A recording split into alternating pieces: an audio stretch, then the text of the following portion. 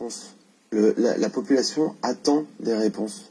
Il y a une ambiance anxiogène qui est dans le pays, dans l'Europe, dans le monde, et on n'a pas de réponse. On ne sait rien. On nous donne que des chiffres tous les soirs. À 7h, 7h15, on nous donne des chiffres de morts, de vivants, on a besoin on a des questions toute la journée, on nous demande des choses, on n'a pas de réponse. Si vous aviez Emmanuel Macron face à vous, qu'est-ce que vous lui demanderiez? La première question... Moi, je lui demanderais tout de suite en tant que pharmacien, ouais. Je lui demande, Monsieur Macron, laissez les pharmaciens faire leur travail. Laissez le pharmacien participer à cette crise. Mais c'est pas le cas aujourd'hui? Non, aujourd'hui, on nous a mis de côté. Le pharmacien, il est capable d'équiper la population. Il y a 22 000 pharmacies en France. Mais on n'a pas le droit de vendre de masques. Je peux m'approvisionner en masques sans l'aide de l'État. La majorité des pharmaciens peuvent le faire. Il y a des réseaux. On a nos filières. Aujourd'hui, le pharmacien n'a pas le droit de vendre de masques. On n'a même pas le droit d'en acheter. On a juste la dotation classique que l'État nous envoie, 3-4 boîtes tous les 10 jours. Et vous ne pouvez pas vous en fournir par vous-même, c'est ça? Je n'ai pas le droit de m'en fournir par moi-même. C'est ça la catastrophe. Nous, aujourd'hui, on vit avec la population. On est en ligne de front. On est face à une population qui nous demande des masques toute la journée.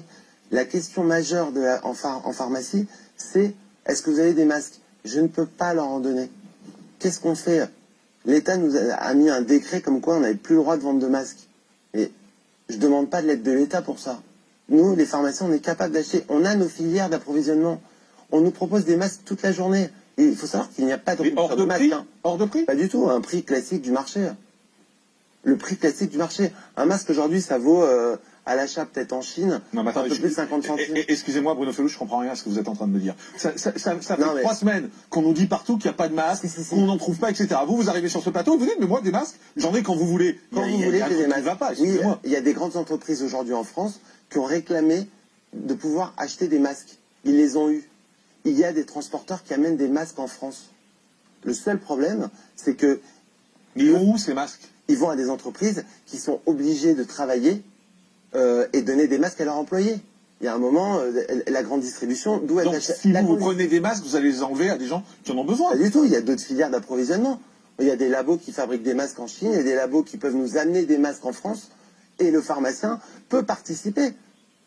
Excusez-moi, c'est le bordel. Excusez-moi, je comprends rien. Non, mais docteur Pérez, excusez-moi, je comprends rien à cette histoire. Il y en a ou il n'y en a pas des masques? Mais alors, je suis totalement d'accord avec ce qu'il vient de dire. Moi, aujourd'hui, vous savez, je suis journaliste médical, mais aujourd'hui, je reçois des SMS qui m'expliquent que je peux acheter des masques, qu'on connaît les filières, qu'il existe des producteurs qui sont aux normes européennes. On peut en acheter. Maintenant, pourquoi le gouvernement en achète mais veut les réserver? Mais moi, je trouve que cette histoire de masques est la plus scandaleuse depuis le début de cette épidémie. Moi, je propose, excusez-moi, moi je propose à la limite que l'État veuille s'occuper de l'hôpital. Avec plaisir, au contraire, alors, ils pourront acheter des masques pour l'hôpital, mais nous, laisser le pharmacien s'occuper de la population, c'est notre métier. On est là pour la santé publique. Le pharmacien est capable de gérer la crise pour la population, pour les Français. Mais tous les deux sur ce plateau aujourd'hui, vous êtes en train de me dire des masques, on peut en avoir. Il y en a plein, je vous sors des commandes de masques. Il y en a pas. Oui, non, mais oui. Non, j'ai pas le droit, je n'ai pas le droit. Moi, j'ai des fournisseurs de masques qui me demandent, est-ce que tu veux des masques? Je leur dis, je ne peux pas en vendre. Docteur Pérez, expliquez-moi. La doctrine de ce gouvernement sur les masques est chaotique depuis le début de l'épidémie. Et la chose la pire qui a été faite, c'est M. Castagnère qui a voulu interdire les arrêtés des maires qui demandaient que toutes les personnes portent des masques dans l'espace public.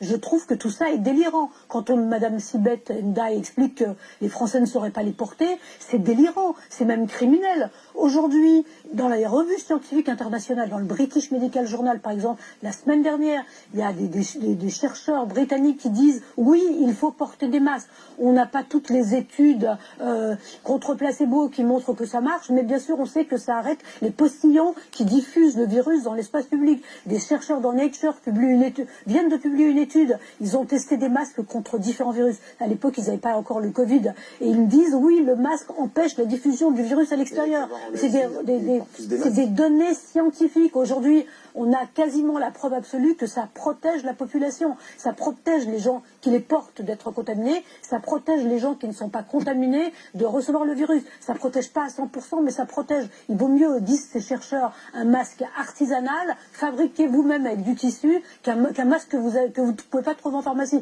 La doctrine, elle est claire. Je ne comprends pas pourquoi cette doctrine, elle n'est pas appliquée. Comme je vous le disais tout à l'heure, moi, des amis m'ont dit, si tu connais des gens qui ont besoin de masques, voilà, j'ai une filière en Chine. Donc, si monsieur est pharmacien, il doit l'avoir encore plus souvent que moi, ce genre de réflexion. Mais alors, quel est le problème? Expliquez-moi, parce que moi, je ne comprends pas. Quel est le problème? S'il y a des masques, pourquoi est-ce qu'on ne peut pas les avoir? Le prix, peut-être? Est-ce que la France est prête à payer un prix qui a été augmenté depuis quelques mois?